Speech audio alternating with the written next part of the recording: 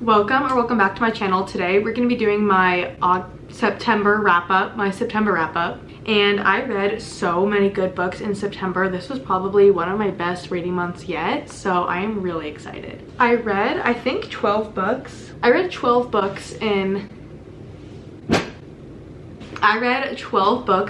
the month of September, which honestly is a lot for me. I have a full-time job, so I'm normally very busy, so being able to read 12 books while working full-time is honestly really impressive to me, so proud of myself for that one. I would say about 50% of these books were on audiobook because that way I can listen to them while I get ready for work or while I'm commuting. So that's where like at least half of these books come from. So if it weren't for my audiobooks, I definitely wouldn't be able to read as many books as I would like, but 12 books is pretty good, and these were all really good books, so I'm so excited to tell you guys about them. Let's just get started.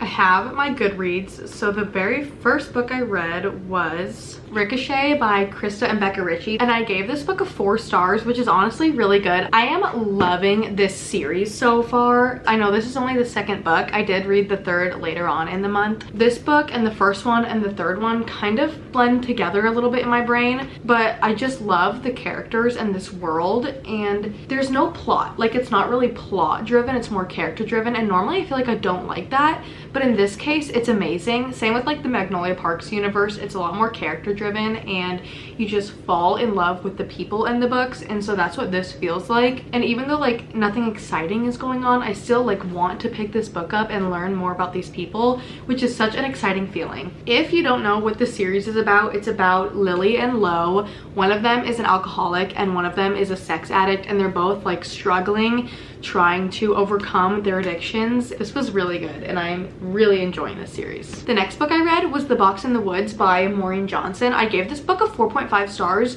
which I think might be one of the highest ratings I've given a book in this series. This is the Truly Devious series. This is book number 4. The Truly Devious series is about a girl named Stevie, and she's super into solving murder mysteries, but they're like murder mysteries that happened so far back in the past, which I think is interesting because it's not like she can uncover a whole lot of new evidence, you would think, but somehow she always manages to solve these cases, and it's so fun. It's YA, which I love YA murder mystery. It's such a fun genre, and I really like this book.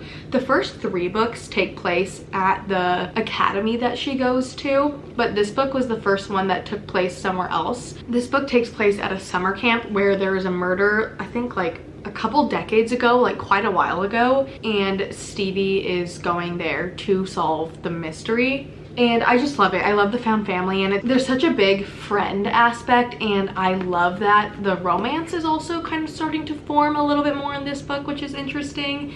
And it was just such a good time. Like, I just loved reading it, and I love that it was at a summer camp because it was such a different vibe from all the other ones. So this one was so fun.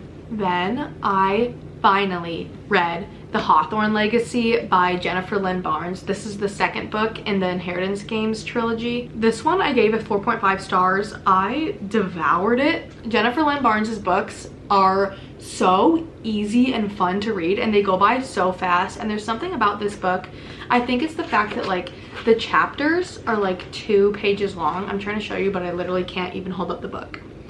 Like, the chapters are so short, so the book flies by. I'm currently reading The Final Gambit, so I'm excited to like finish this series and then read The Brothers Hawthorne once it comes out in paperback, because I own all of them in paperback. Might as well keep it going, and I'm not gonna stop now. So I did read this one.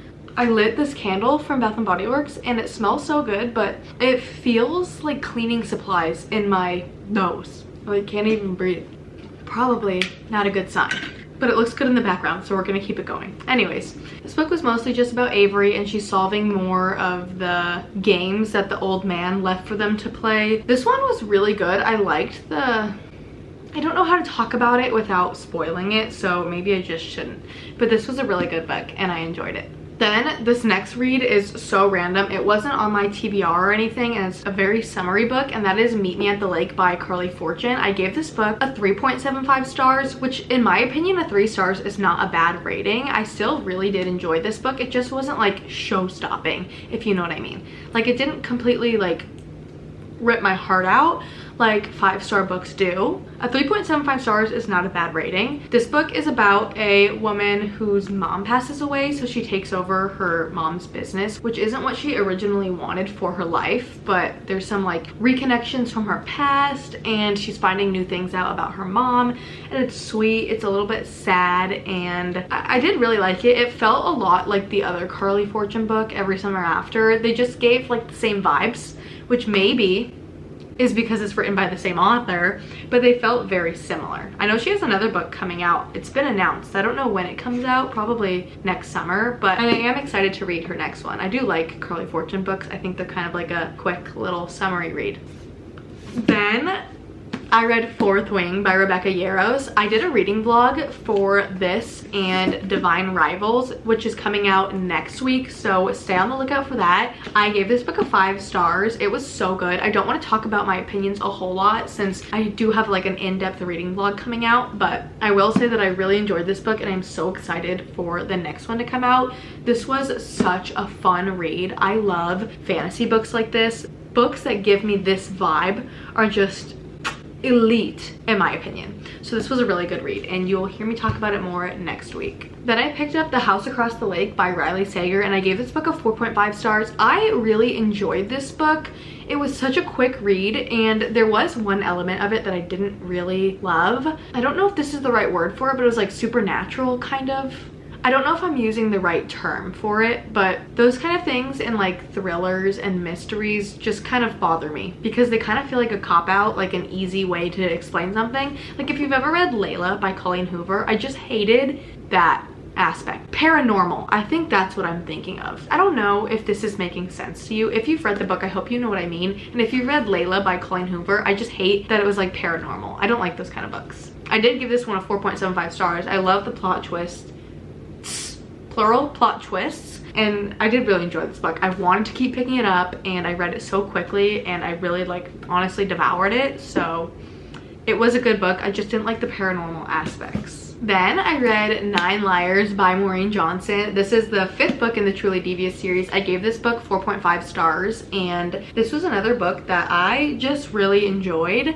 It was so fun to read, and this also took place in a different setting. This one took place in England, I'm pretty sure, and there's a little more like drama between Stevie and the love interest, which made it like more interesting having those side plots, and it left on a cliffhanger. So there's gonna be another book, which honestly surprised me. I was kind of under the impression that this was the last book, but I guess it's not. I don't know how many books are projected to be in this series, but this one did come out pretty recently, which is why I have it in hardback.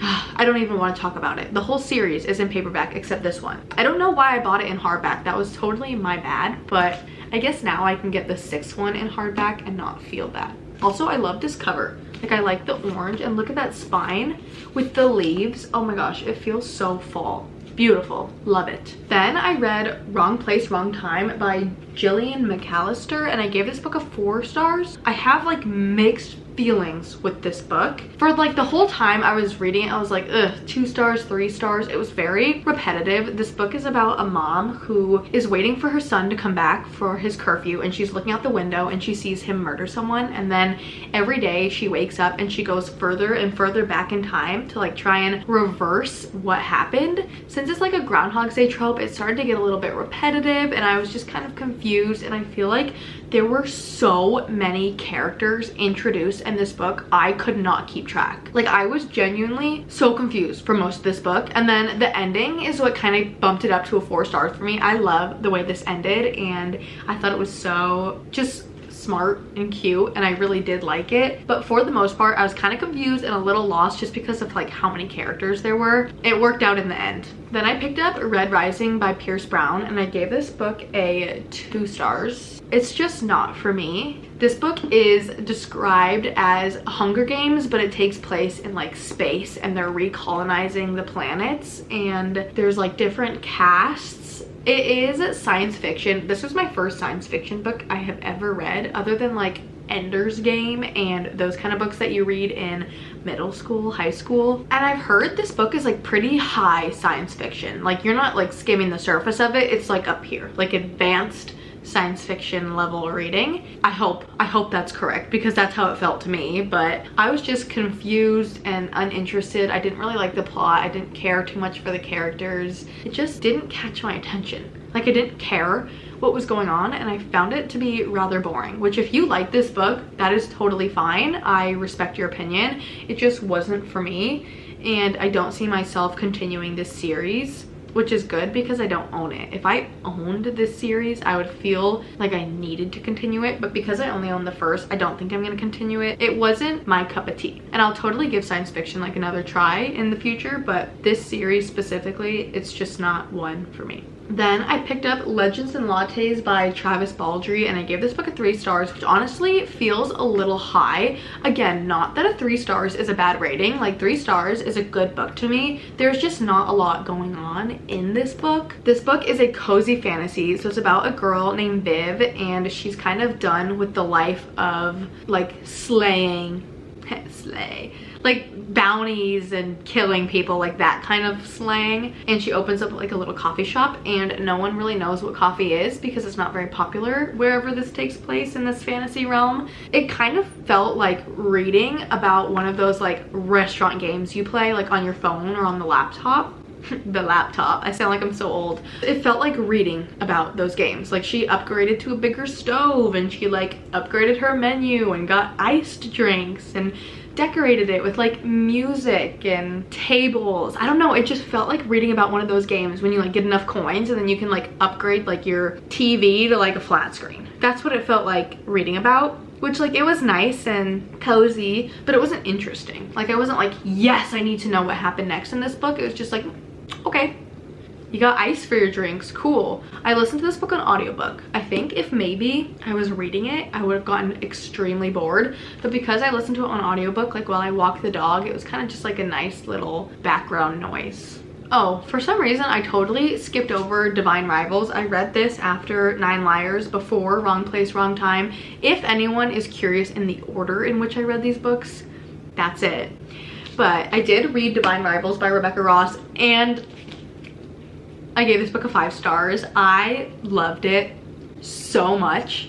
Again, I'm not going to talk a whole lot about this book because it will be in my next video in more depth, and you can kind of see my opinions, and I have a spoiler section at the very end, so wait for that. But I loved this book. I mentioned in my video that's coming out that this isn't like typically a book that I feel like I would be interested in, because it like takes place in, it's like a fantasy world that's at war, which normally wouldn't be like a big interest to me, but this book was so good and I loved it, and I can't wait for the next one to come out, which comes out the day after Christmas, which is so exciting. And I have this one in hardcover so I can get it right when it comes out. It's exciting. It's a good time to be alive. And then the last book I read in September, I keep wanting to say August, I still cannot believe it's October. Like, where did the year go?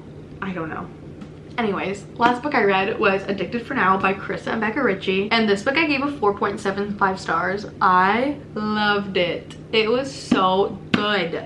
The majority of this book took place on spring break, which was so fun to read about because I am not on spring break since it is October, and I'm not even in school anymore, so I'll never have a spring break again. But it was fun like reading about it and feeling kind of like it was summer again, and they were like in Cancun, and I love like the found family that is starting to develop in this series. It is so cute, and I am obsessed with like the bromance that you have going on between like all the dudes. I don't know, it's just so cute, and I am so excited to read the next one. What is the next one? Okay, so the next one's Kiss the Sky, which I think is the first book in the Calloway Sister series, like when you read them interconnected. I don't own it, but I want it so bad because I need to continue this series. I'm pretty sure it left off on a cliffhanger. I honestly don't really remember. I don't remember. I finished this book on September 25th, and I have not picked up a book since then. I started The Final Gambit, but I'm not very far into it, and I am currently in a life slump.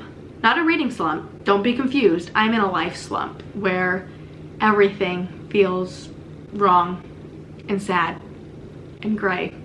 And I spent all morning crying in my bed. So we'll see how October's reading month goes, but that's it for this video. Here's a little recap if you... Never mind, I'm done. Okay, bye, love you. Go ahead and like, comment, subscribe. Anything you do helps me out so much, and I really appreciate it because every subscriber makes me one step closer to quitting my full-time job, and that's my dream. So thank you for helping me live out my dream, and I'll see you guys in the next one. Bye.